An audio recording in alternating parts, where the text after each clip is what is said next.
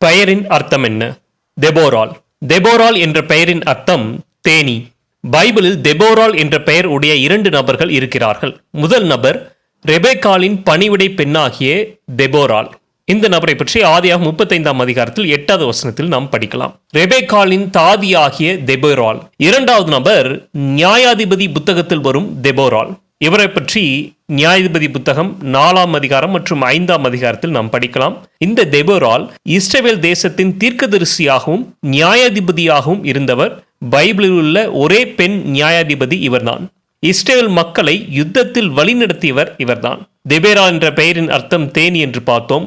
தேனீக்கள் ரொம்ப சுறுசுறுப்பாகவும் ஒற்றுமையாகவும் மிகவும் கடினமாகவும் வேலை செய்யும். தேன் என்கிற இனிப்பான விஷயத்தை கொடுக்கும்.